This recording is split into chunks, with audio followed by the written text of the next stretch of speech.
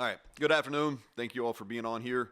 Our guys are looking forward to get back on Mountaineer Field on Saturday and taking on Kansas. Both of us coming in off a bye week. Excited about welcoming back our fans. We've missed them, missed our season ticket holders. We've missed our students, and we missed our alumni. So it'll be fun to have them back in Mountaineer Field with us. I anticipate a great atmosphere. It's I hope, and this is something we really focused on this week, is as bringing a lot of energy with us, the team and the staff, and I hope the fans bring the same energy to the stadium on Saturday. We had a productive bye week, and now it's on to Kansas. Kind of a quick Kansas preview. Offensively, they're led by their offensive coordinator, Brent Dearman. Coach Dearman, successful former high school coach in the state of Alabama. Did a really good job down in BC Rain, which is down close to Mobile. Worked for Gus there at Auburn. You can see some of that lineage in the plays that they run there, and really a long history of having an explosive offense. So did a really good job at the end of last year. There'll be multiple, spread the field out, tempo-oriented. They got a dual-threat quarterback that's going to start the game. I think it all starts with them at running back. Two really talented running backs. Puka Williams, people talk about a lot, deservingly so. 2 years in a row, all-league player. He's electric, not only as a running back, but as a kickoff returner as well. And then Velton Gardner, who's actually their leading rusher. I think he's been really good early part of the season. A lot of speed at wideout. The Parchment kid really hurt us last year, but they can really run. And they've got a big improving O-line. Defensively, defense coordinator DJ Elliott, a lot of respect for. He and I worked together at Kentucky. He was defense coordinator when I was there. Really intelligent guy. They're multiple three-down defense, very sound in what they do, keep edges and really do a nice job as far as just being sound. They've got a lot of experience there at linebacker. I think their safeties are really active. And they did some good things against us last year as well. Special teams, I think it starts with them on their kickoff return. They hit us with two. I think they had the most explosive yardage on kickoff return versus us last year. And we talked about Puka, and then the receiver number 88. I think Horn's his last name. Double check that. Jamal Horn. He's extremely fast. And so we've got to do a really good job on our kickoff team. They're experienced at punter and at kickoff. They're kickoff specialist. They've been doing it for 3+ years now, and they do a nice job with their units. Finishing up here before I take questions, wish Coach Miles said this on the call Big 12 call yesterday. Wish him speedy recovery.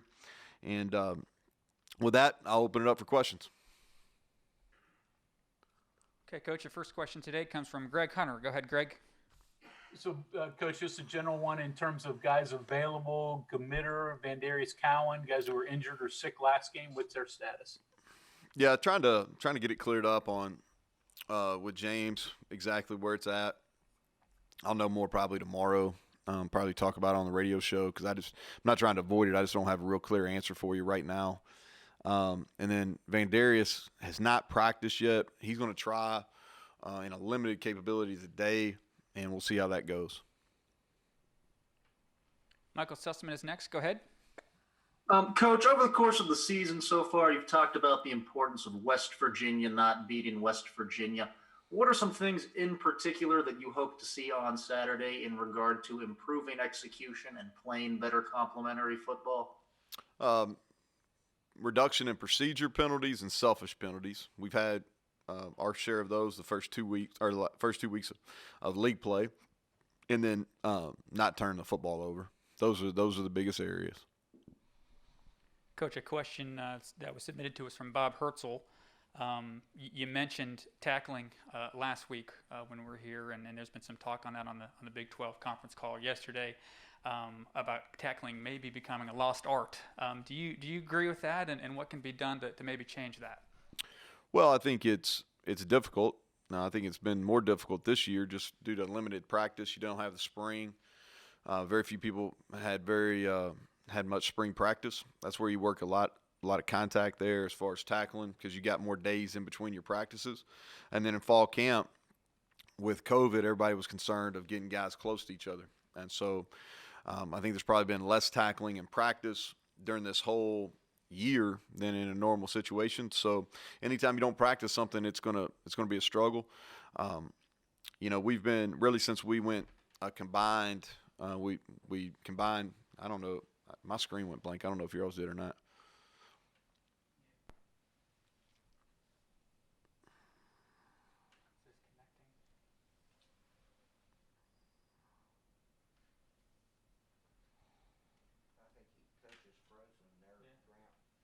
We're connected to the internet.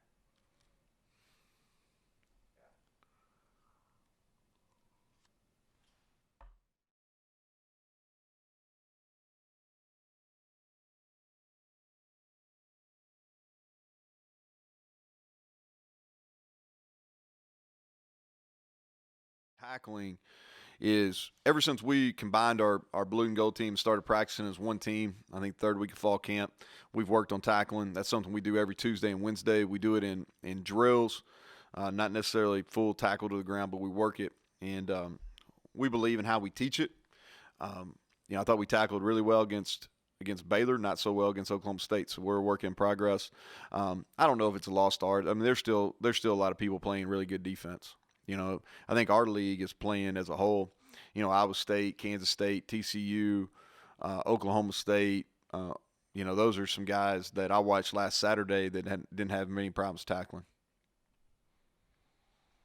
We'll go to Ryan Pritt next. Go ahead, Ryan.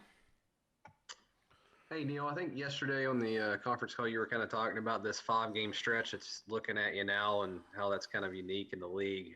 It's real unique. We're the only ones. Yeah, exactly. From an offensive standpoint here, especially in your passing game, how important is it to maybe try to start quick on Saturday and get some kind of confidence going, see some success happening with that kind of stretch waiting on you in the back end, because there's no more breaks for a while for you guys to work on this thing. Yeah. It's kind of funny. If you look at just the pure statistics of it, we don't look like a team that struggled throwing the football. Where you get into it and if you look deeper, our yards per attempt's not very good, and that tells you we're not real explosive. So that's something we've got to work on. There's two ways to do it. You got to throw the ball downfield, or you got to make some people miss. And so that was our big point of emphasis. Our completion percentage and those kind of things are fine. We just got to get the ball extended down the field, or we got to make some people miss on those short yardage. And that we did. We worked a lot on the bye week.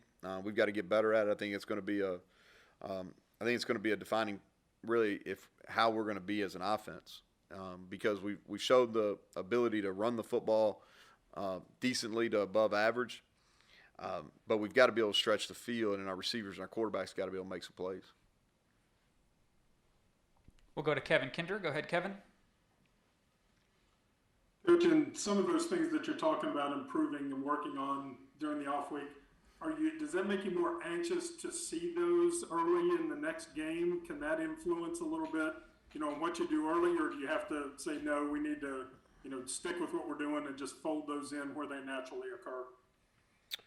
Yeah, I think we've called them. I got away from them second half against Baylor. We've called them against Oklahoma State the whole game, really, and then the first half of Baylor, we just didn't do a good enough job connecting on them. So we're not really changing anything from how we run the plays. We just got to execute them better.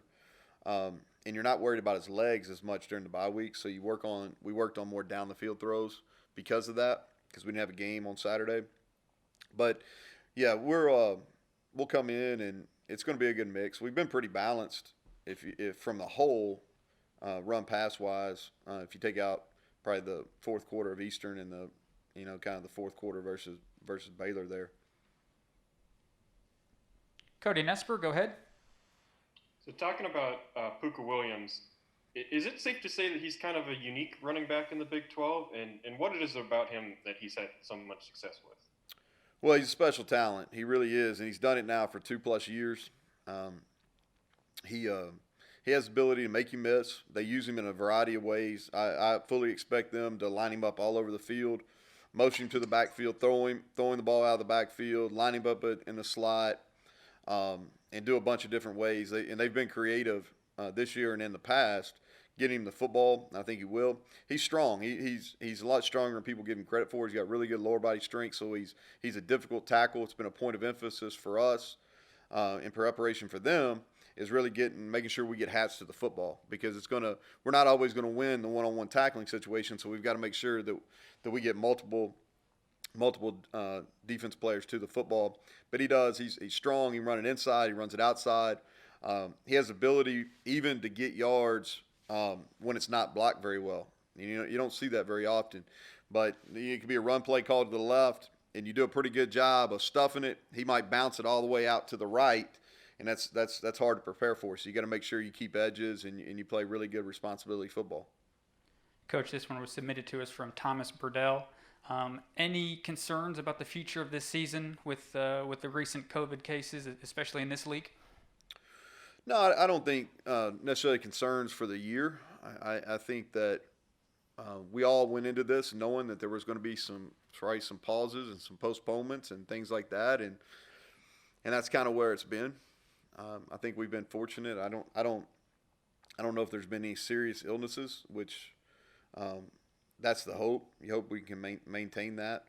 But this is going to be a non-conventional year in every aspect, and so I think the teams that can adjust and ability to change things on the fly are going to be the ones that have a chance to continue and improve and stay on the practice field and stay in the games. Yeah, we paused again. Is it the internet connection?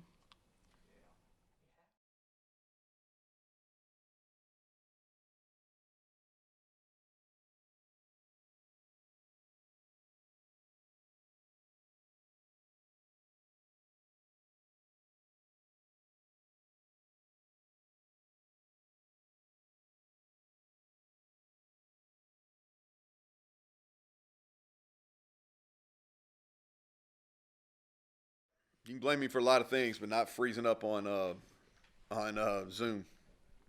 We need to switch to hardwire. That was my recommendation. Everybody's got play recommendations for me. That's my recommendation. Switch to the hardwire. We'll go back to Greg Hunter. Go ahead, Greg. So, Coach, with Les Miles being COVID positive, a number of coaches have also been. Leads me to wonder about your line of succession. What happens if you can't coach? Do they tell who the designated survivor is? Huh? They don't tell that. They don't tell that, Greg. We got a plan. We got a plan. It's in a vault under,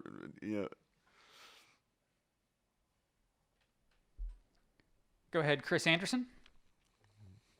After the Oklahoma State game, you mentioned that there were some misfits on defense that were a problem. At first glance, I didn't see any or many against Baylor. On film review, did it seem that way to you? And if so, what changes did you make between the two games? Well, I thought our D-line did a much better job. Part of it is our linebackers are getting more comfortable. If you notice, we played Josh Chandler more in the box this year than we did last year, so he's getting kind of into the flow and understanding box fits where he was outside the box primarily last year. And we're still using him in that capacity. And then Tony understanding, because we're a little bit of a unique defense because we move our D-line so much, the fits off that are a little bit different. And so Tony's getting more comfortable in what we're doing. And the other thing is we weren't perfect against Baylor, but we played so hard we covered it up. And so we had some misfits, and we had some opportunities where the Baylor running backs, maybe they didn't read it right, or they hit it, and our pursuit angles were really good, so we were able to get to them where they were 5- and 6-yard gains against Baylor rather than 15, 20-plus runs that occurred against Oklahoma State. So we still got to clean it up. I think some of that's simplifying what we're doing, and that's kind of – and we're figuring out our pieces too. It's there's some different pieces that are playing up there, especially at linebacker, so we're trying to figure out what they can do and what they're best at, and that's what we'll continue to work on. Next question is from John Antonic. Go ahead, John. Coach, I can't match Coach Hunter's question. I have a simpler one on Stinkfield. What do you see his role? I saw a stat that really jumped out at me. He's averaging 8.7 yards a carry in the second half. What do you see from him? Yeah, it's a really strong. Well, here's the thing. We didn't do, and I told him this the day after the game, we didn't do a good enough job getting him the football versus Baylor. And so he continues to perform at that level, then, we're a production-based business. So if you continue to produce, then you got to get the football. And we didn't do a good enough job of that. He had some really good runs and catches. I really like for him to be more active as a punt returner. I think that he's had some opportunities. He's getting more comfortable. That was something that was new to him last year. He's got several games under his belt. So I hope he can continue to be a factor for us and maybe get some bigger returns in the punt return game. Real quick, do you like to have a change-up guy? I mean, I was looking at the stuff you did at Troy, and you usually had two backs. Mm-hmm. A guy got more carries, and then a guy that would maybe a change-up. Is that what you envision from him? Well, he can do the same things Letty can. He's just not as big.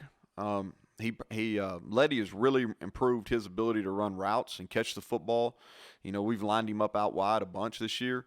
So Letty's improved that aspect of his game, and I think on the same measure, Sinkfield has really improved his ability to run inside the tackles. So Chad Scott, our running backs coach, he really kind of manages that rotation, and I don't change what we're calling based on which running back's in the game. Go ahead, Mike Kazaza. Neal, how are you? Good, Mike. How are you? I'm great, thank you. I have two for you. One would be, I guess, what progress did you see, I'm assuming amid some challenges, with your backup receivers and your second line guys to maybe get on the field, get some snaps, maybe push the people who are in front of them? And then separately, you've mentioned that as the season went on, you didn't anticipate opponents or yourselves being able to add much because of the scarcity of free time.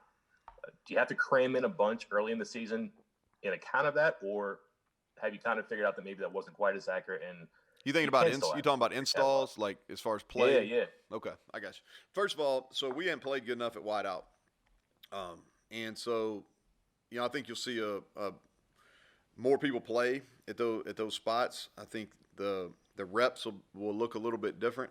I'm not saying we're gonna.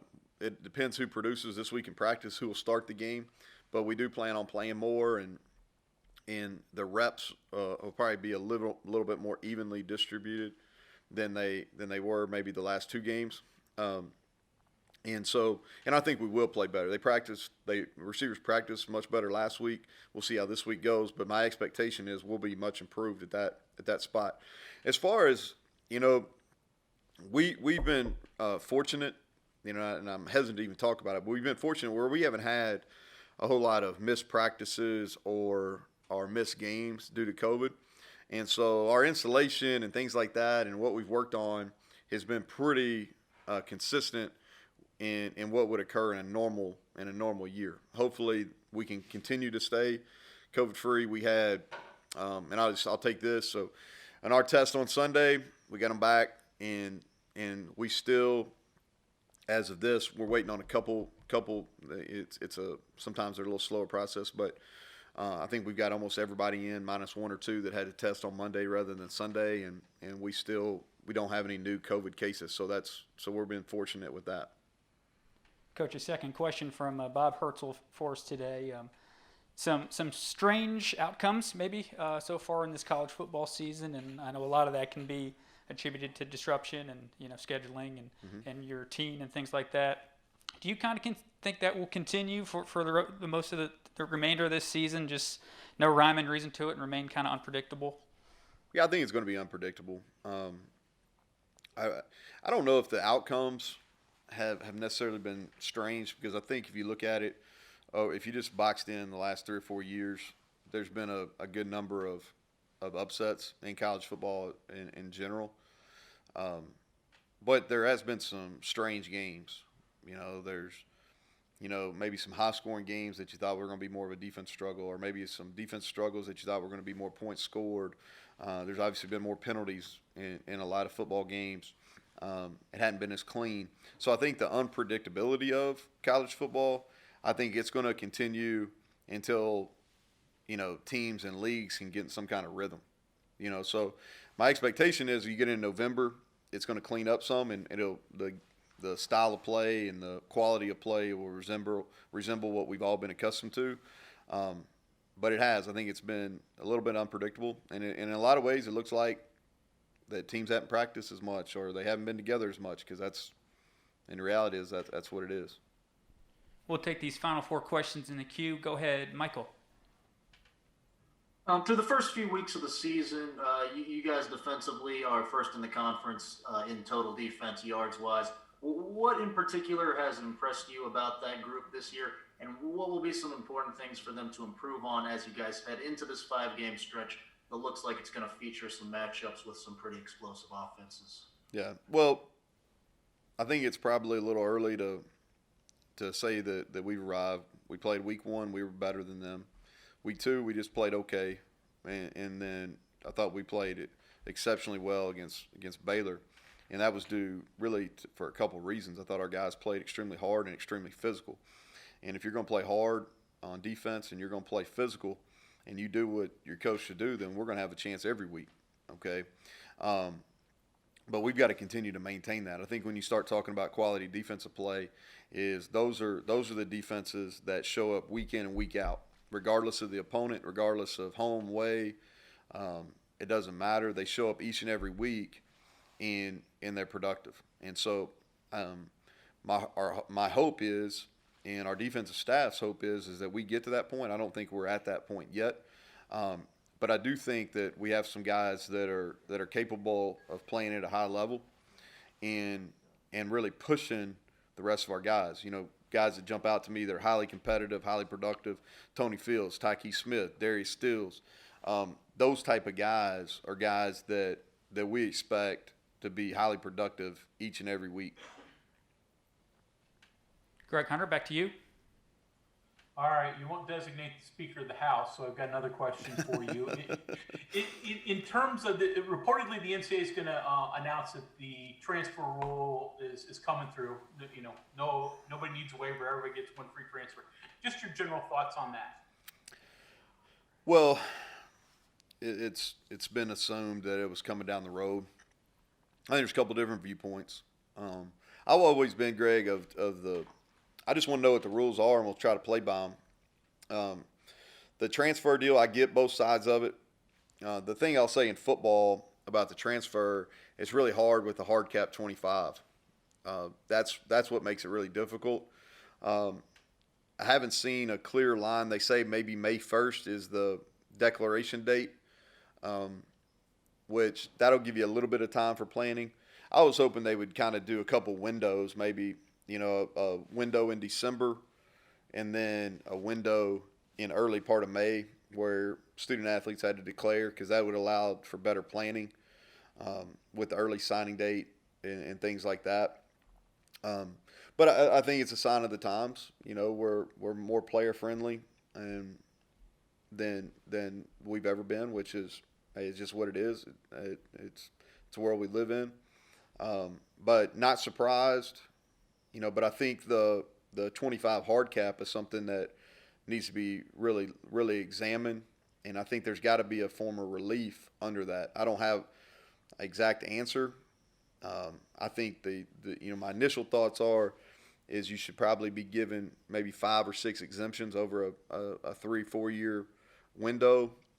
If you had a year where you lost a couple transfers, the other thing that's going to be muddy now is APR, because so much is the APR is dealing with retention. And so I think that's something that has to be revisited as well. Next question is from Keenan Cummings. Go ahead, Keenan. Hey, Neal, how are you? Doing well. You mentioned backup receivers. Mm-hmm. Where does Zach Dobson fit in the picture? Is he a guy that can help you soon? Is he a guy that can help you this year? Where does he fit in the picture after getting his waiver? Yeah, we've worked to trying to get him some work here during the bye week. I'd say he's not ready to go out on Saturdays yet. I think he's a guy that can help us down the road. He really got in here late, was about a week or so behind in fall camp, and then we didn't get his waiver until later too. So we were already 3 games in. So he's been working on scout team primarily. We hope he's a guy that we can get and he can learn, and we can get him in a position where he can help us later this year. He'll definitely help us in the future, but hopefully we can get him to a spot where he can help us later in the year. But it's not going to be this week. Go ahead, Mike. All right, I got to do a better job answering asking my question again here. The adding on your install, if you don't have a lot of open weeks coming up and a lot of time to actually do that, I guess to be really good at what you do is more important than before. Is that still true? Yeah. And then also the fact that you can play your 4 games for a freshman whenever the 4-game rule doesn't exist. How does that factor into just treating those guys differently with regard to practice and maybe getting them in at some point where they might be on the shelf otherwise? Yeah. So, Mike, what we did is we took those 2 bye weeks that we've had already, and we treated both those bye weeks and didn't necessarily spend a whole lot of time on the front end of the bye week. Like take last week, for example, Kansas. We worked 0 Kansas until Friday and Saturday. We practiced a little bit of Kansas on Friday and Saturday. But what we tried to do is last week in the first bye week before we played Oklahoma State is because we've already kind of looked and we got a good feel. We spent some time during quarantine and during the summer of kind of putting some shell game plans together versus everybody in our league. And so what we did during those 2 bye weeks is really installed some things that we know that we're eventually going to have to use. And so it gives us a reference point. So both the bye weeks we practiced on Tuesday and Wednesday and then Friday and Saturday. And those Tuesday and Wednesday and both the bye weeks, we worked on things in the future. And so that's kind of how we handled it. The second part of your question on the freshmen, it's really made it easier because it's really I'll give you an example. So we always have a sheet on Sunday after a game that lists everybody played, and then it counts the freshmen, how many games they've played. And I told Ryan Neal does that for me, and I told Ryan, I was like, hey, the good thing is we don't need that this year, because really since the rule went through, you're looking at that sheet saying, okay, there's got to be some strategy.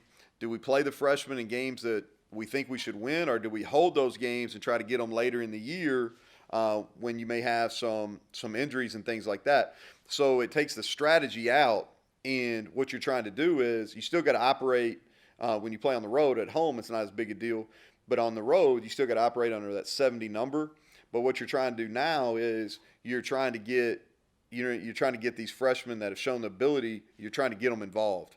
And what I mean by that, if you look at like Linnell Carr, he's played some on defense in each of the games. If it was a year ago and we only had to play him in 4, would he have played in all 3 of those games? Probably not, because we would have liked to redshirt him. So that's an example. We've got a couple people that we played on field goal team that we probably normally wouldn't have done if we were having to worry about the 4 games. So that answer your question?